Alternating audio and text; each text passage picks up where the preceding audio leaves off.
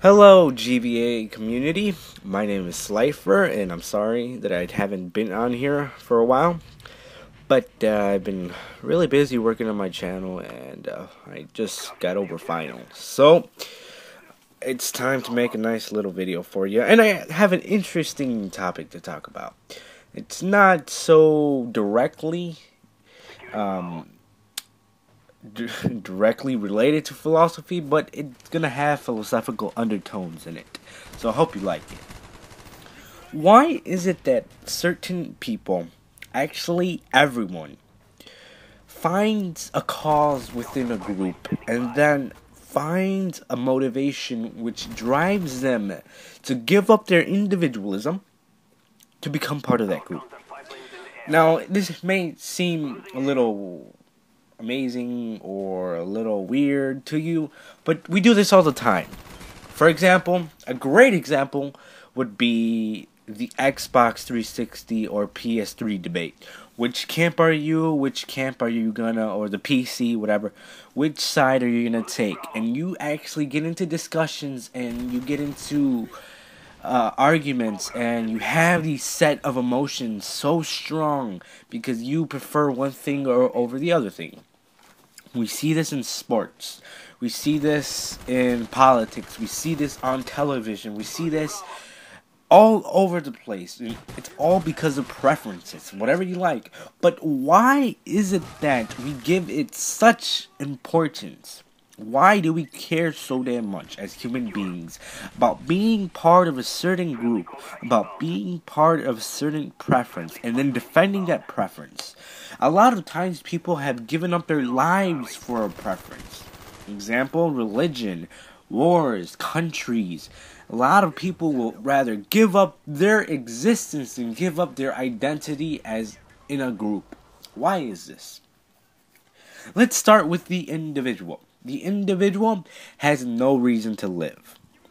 None whatsoever. We are thrown into this world as mistakes of biology and mistakes of the universe. And as human beings, we have to find a purpose because we have 60 to 70 years of living.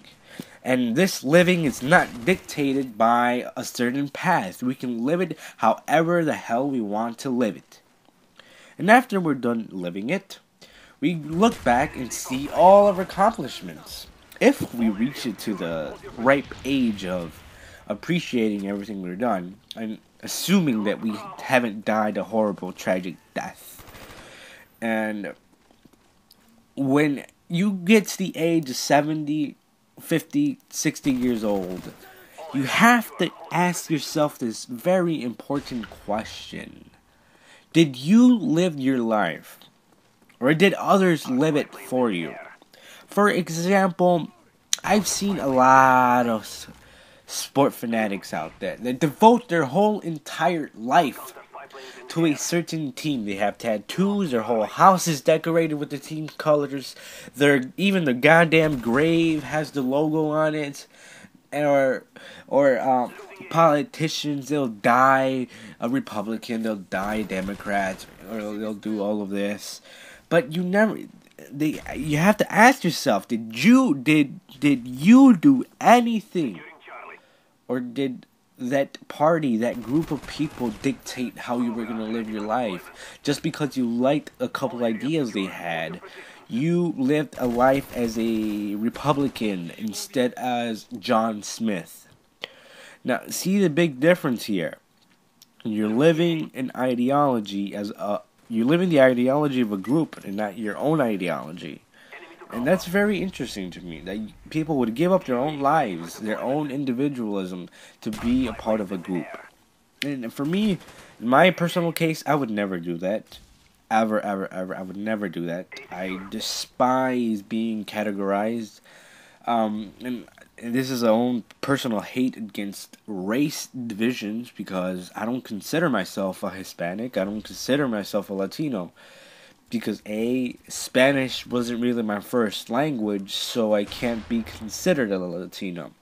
Then I can't be considered a Hispanic because I don't follow Hispanic culture.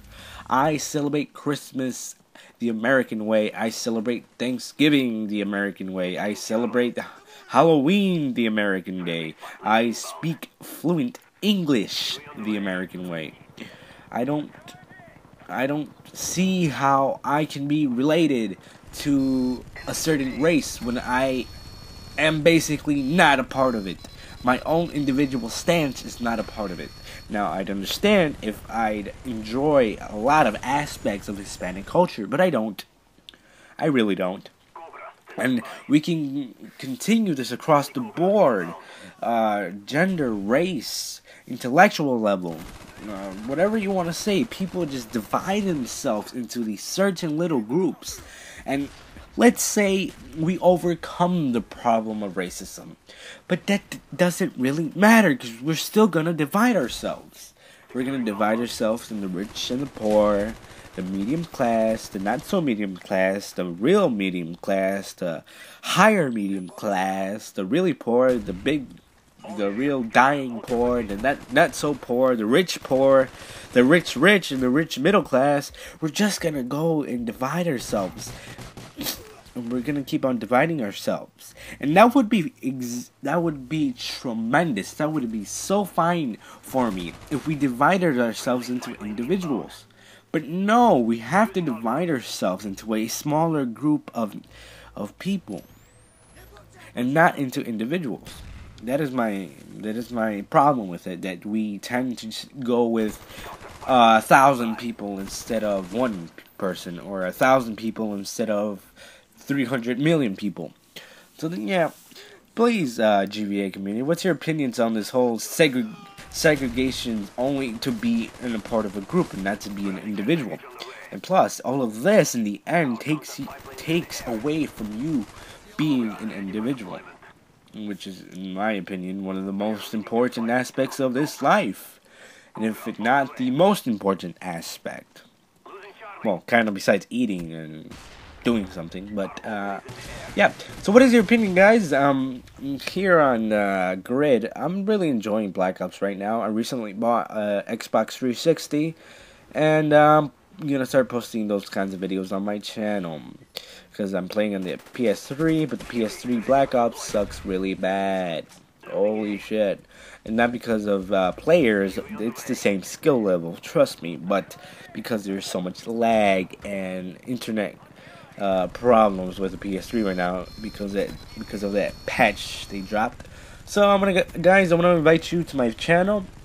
I have a lot of Assassin's Creed Let's Plays, philosophy videos, a lot more videos like this, and I want to thank GVA community. I'm really proud that these guys are blowing up, so go ahead and subscribe to them and come around and check out my channel. Alright, Clyfer out. Thank you.